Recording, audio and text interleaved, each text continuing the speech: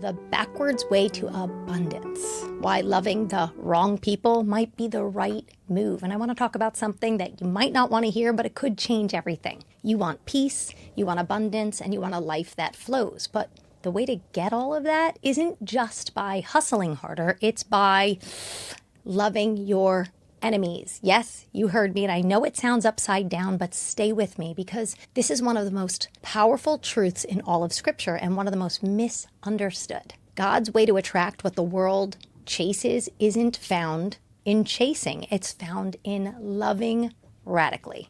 We have to flip the script. You know, the world says love people who love you. Be kind to those who are kind to you and serve when it's convenient or when you get something in return. But if you listen to Luke 6:32, it says, if you love only those who love you, what credit is that to you? Even sinners do that much. Jesus isn't saying it's bad to love people who love you. He's saying it's the bare minimum. God's way is next level. Love your enemies. Do good without expecting anything back. Give when it hurts. Serve when it's inconvenient. That's the blueprint. When my kids were in high school, I had a friend who always said, for my children, I tell them just be nice to anyone who's nice to you. Sounds reasonable, right? But it's dangerous because it sounds so loving, yet here's why it's not. If your goal is happiness over holiness, you'll raise people who are ruled by emotions.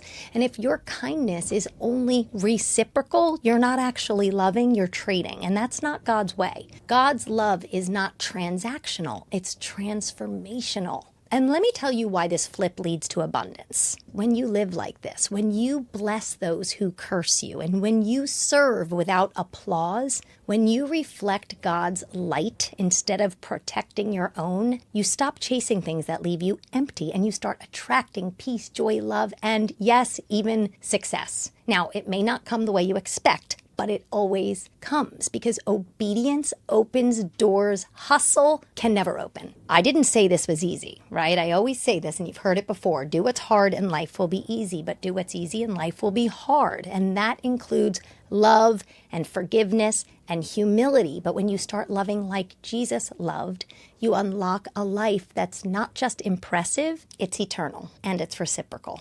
So this week, try something different. Don't just love the lovable. Love the annoying, love the ones who forgot to say thank you.